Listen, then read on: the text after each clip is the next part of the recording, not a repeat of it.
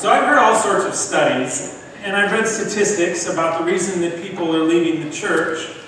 But I have my own theory, and it's just my theory, and that's fine. I'm going to share it with you now. One of the reasons that I think people leave the church is because God isn't fast enough. Is because God doesn't answer prayers as quickly as we would like God to. We set out this great plan. We say, God, this is what I would like you to do for me. We want this to happen, and this to happen, and this to happen. And if it could happen soon, that would be awesome. And it doesn't happen, and people get frustrated. They get frustrated. Now, I'm going to let you in on a little secret of the people of Northwest Indiana. Northwest Indiana Lutherans love Christian movies. Now, you may like Christian movies as well, but I'm telling you, people in Northwest Indiana love them. We had an entire room dedicated to just Christian movies. It looked like a Blockbuster video when you walk into this room at the church. Any Christian movie that has ever been made is in that library. Now, I don't have anything against Christian movies. I think a lot of them are good movies. They've got good messages and they encourage you. And one of the things that always holds true, whenever I've seen a Christian movie, it doesn't matter if it's a good movie or not, I am encouraged. And the reason that I'm encouraged is because I know that if this pastor thing doesn't work for me, I can always go and be a Christian actor. And I'll be fine, and I'll be able to get let in. So a couple of years ago, as I was working at my desk at Holy Shepherd in Northwest Indiana, a woman came barging through my door, and she had a book in her hand, and she slammed it down on my desk, and she had a DVD, and she slammed it down on my desk, and she said, Pastor, we have to do this program. And so I looked at the book, and the book that was right in front of me was a book called The Love Dare. Have you ever heard of this book? If you've not heard of this book, it is a 40-day roadmap to serving your spouse. 40 days where you serve your spouse, you love your spouse, you do things for them, and the trick is you can't fight, you can't have any arguments with them. If they say something nasty to you, you have to hold your tongue, and it works you through 40 different things that you do for your spouse. And the thought is, at the end of the 40 days, your marriage could be transformed. And so she was really excited about this program. We put it together. We were going to read the book for 40 days, and we were going to watch the movie over that period of time. We were going to get together as couples, not her and I as a couple, but couples in the church were going to get together and watch this movie and do this program. And so part of the advertising, or part of the way that I advertised this program was to go out and to talk to people. And as I thought about this love, dare, and transformation of a marriage, I thought of my good friend in Northwest Indiana, and his name is Dave. He was a mechanic. And so I went up to Dave, and I said, Dave, we're doing this program, and you need to be a part of it. I said, it's called the Love Dare. It'll transform your marriage. You see, Dave was not in a happy marriage. He confessed to me that he feared that any day now his wife was going to leave him and his 2 little girls, and he was scared.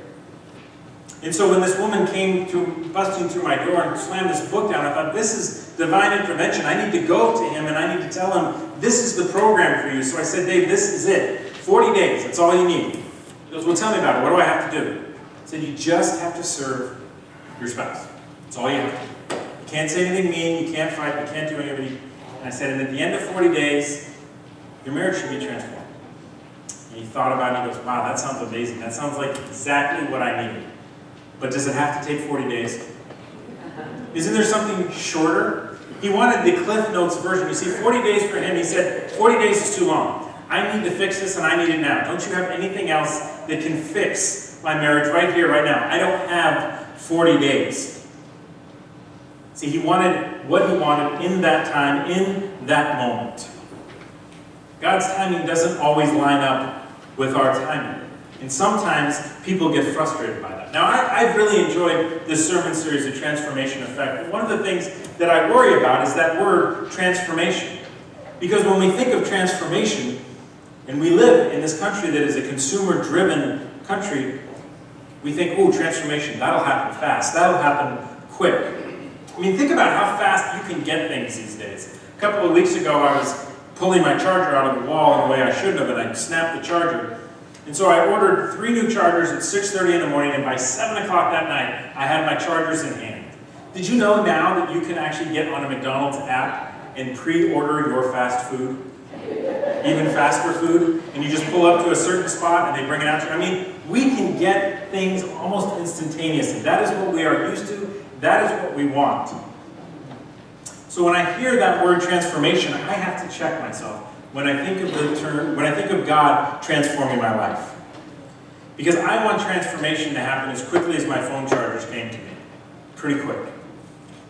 A lot of people, whether they admit it or not, want the same thing. A lot of people want to receive God's transformation like they want to receive their Starbucks. Fast and custom made. But most of the time, people's lives don't change overnight. Transformation is a process that probably takes longer than what we're used to. Now today's gospel lesson for me is one of the more unique lessons, one of the more unique healings, in fact. Jesus and his followers come across this man who'd been born blind. And his disciples ask Jesus a very fair question. They say, Jesus, that man right there, what did he do? What did his parents do? Why is he blind? Was it his sin or was it his parents' sin? Now this is a fair question for them because they grew up at a time where it was taught that sin was generational. And so if you sin, then not only might it affect you, but it would affect your kids and maybe even your grandkids.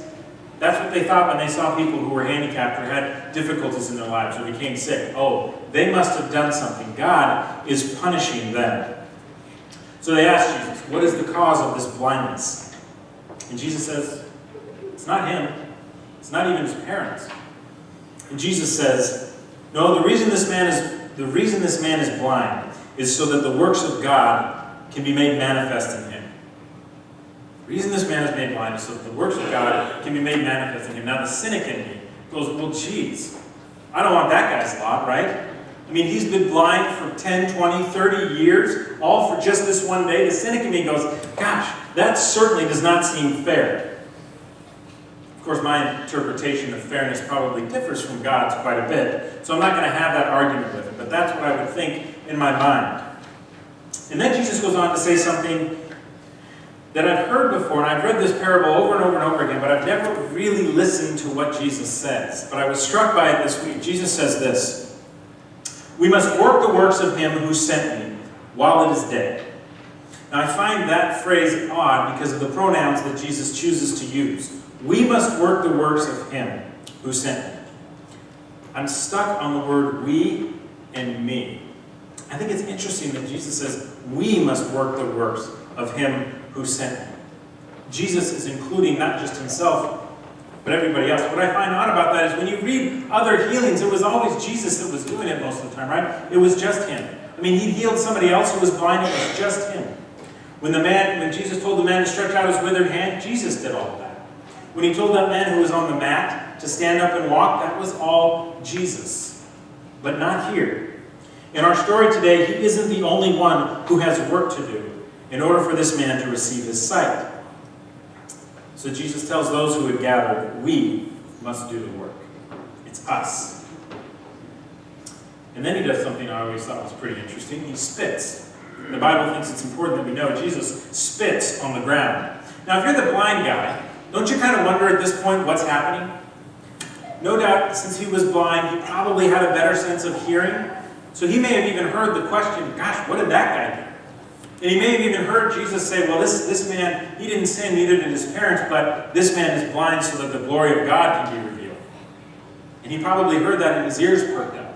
He goes, ooh, maybe something's about to happen. What's going on here? He was probably paying close attention to everything that was going on around him. He was probably listening very carefully to hear what happens next after Jesus says it's so that God's glory can be revealed. And what does he hear? He hears Jesus, hallelujah, on the ground. And then he hears somebody bend down and start playing in the dirt and making mud. And then he hears somebody approaching him. Now what do you think he was expecting?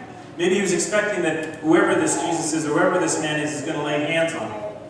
Maybe he expects him, he's just going to grab him by the shoulders and talk to him. But instead, Jesus comes up to this man and he puts mud in his eyes. I would be a little curious what was going on. And then he gives this man a command. Now, go wash yourself. Now in the reading we're told that Jesus gives this command and immediately the man goes and does exactly what Jesus says to do. He goes down and he washes himself. But don't overlook what it would take this man who was blind and had mud on his eyes. Don't overlook what it would take to get this man to where he needs to go, to do what Jesus told him to do. That's where I think the we comes in our gospel story today. Jesus was the one that spit. He was the one who made the mud, and he was the one who gave the command. But this poor blind guy is told to go wash. Somebody had to come up to him and take him by the arm. Somebody had to lead him where he needed to go. And the crowd that had gathered all around him, they had to clear a path for him. There were so many people that had to get this man to where he needed to go. I think that's where the we comes in. And once this man is able to see again, somebody had to help this man understand what it was he was seeing. Imagine not being able to see for 25 years and all of a sudden your eyes are open. You're going to wonder what that big thing is. And somebody's going to have to tell you, well, that's a tree. You're going to wonder what that thing is. You stub your foot on it and go, oh, that's a rock. Somebody's going to have to tell him, this is where you need to go. Somebody's going to have to lead him where he needs to go. Somebody's going to have to show him the path. Somebody's going to have to say, that's the temple. That's where you need to go. That's a priest. There were so many people involved in this man's transformation from blindness to being able to see. I think Jesus' definition of we is much larger than his small group of followers. I mean, the disciples probably thought, yeah, when he says we, that's all of us guys. But I think Jesus meant all those who would gather. Those who grabbed him by the hand. And this guy, when he looks back on his life, imagine this guy when he looks back on this scene. When he looks back on being able to finally see, he probably thought about it a lot after it happened. And when he reflected on that moment and what had happened to him, he probably didn't just remember that Jesus was there. He probably didn't just remember that his followers was there. In fact, he probably remembered the first person he'd ever seen with his eyes. He probably remembered the astonished look on the people's faces as they questioned him. He probably remembers everything from that day. All of the people who played a role in this transformation, in this healing that takes place. When it comes to our transformation story, God has placed so many unnamed people in your life to do his work. People that you may not remember, but God has placed unnamed people that you don't see coming and that you haven't seen who've played a part. So when he gets back, when he gets his sight back, he sees his neighbors and his friends, and they can't believe their eyes. They keep saying to each other, isn't that the beggar? Isn't that the one who's blind? How is it that he's walking around and he can see? And they ask him, what happened to you? And the man tells them, I don't know, it was a man named Jesus. That's all I know. All he has is a name. He says, guys, I don't know what's going on. I was standing there, all of a sudden I heard these guys talking about me. The next thing I know, I hear somebody spit, and then mud's on my eyes, and I'm told to go down and wash, and my eyes are open. I say, who did it? He goes, a guy named Jesus. That's all I know. All I got is a name. But when this man's sight was restored, in that moment he was healed of his blindness, but his transformation was just beginning. So I said at the beginning of the message, one of the reasons I think people might leave the church is because they get frustrated with God's timing. I think maybe another reason that some folks leave the church is because they look just for the healing. And if they focus just on the healing, they miss the transformation that's taking place and that has taken place in their lives. Transformation is not usually something that happens in an instant. It's a process. When I was in college, I took a world religion class my freshman year. And for one of the classes, they brought in a guest speaker named Helen. She was Jewish and she was a Holocaust survivor. It was amazing to have history standing right in front of me, telling us this story. She talked about the Nazis coming to her town, talked about living in the ghettos, being transported to the camps. She talked about the last time she ever saw her dad. She said, the smile that he gave me in that moment is etched in my brain forever. It was a smile that said, it's going to be okay. She talked about the last time that she saw her mom and the fear in her eyes, and then she talked about her little sister. I'd never heard a room of freshman college students so quiet in my life. The only sound you would hear in that moment, that we heard in that moment, were the sniffles of those who were crying. And when she was done speaking, when she was done with her talk, she said, but God is gracious, and he's allowed me to be here today to talk with you all. So she had a Q&A session after the class, and everybody stayed. And my friend raised her hand. She goes, I just got to ask this question. She said, you watched your dad be led away. You lost your mom. You lost your little sister. She said, I don't mean to offend you, but aren't you angry with God? I mean, aren't you mad? You lost friends. You lost family. How is it that you can say that God is gracious? And I love her answer. She said, I figure there's no better way to combat the hate and the evil that I saw than to love and to be thankful to God and to see where God was. She said, I now know that God is gracious. I now know that I'm blessed. She said, but you know, it took me some time to be able to say that. She said it took years. She said that as she told her story over and over and over again, she began to see God in the midst of such tragedy. She began to see the people that God put in her life. She said it went from what happened to me to what God had done with me and for me. She said, the more and more I tell this story, even today, the more grateful I am and the more determined I am to defeat evil with love. We encourage you to share your faith story here in this church. I would love to hear your faith story. Everybody would love to hear your faith story. But one of the reasons that we do it is not just so that others can be transformed. It's so you can focus on the transformation that has happened in your life. As you tell your story of faith over and over and over again, and you see the people that God has placed in your life, and you see where God was with you when you were in the valley, and you see that the reason that you were on the mountaintop was because God gave you that mountaintop moment.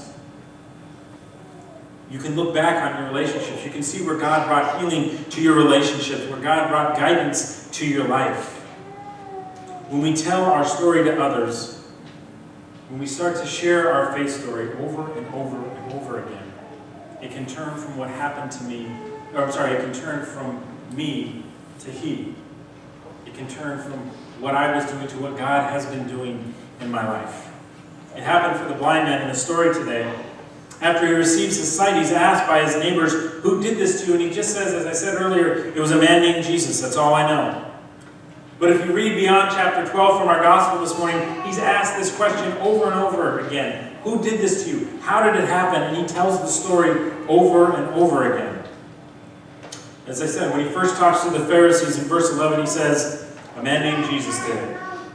And later he calls Jesus a prophet in verse 17. And then finally in verse 31, he says, well, this man Jesus, he can't be a sinner.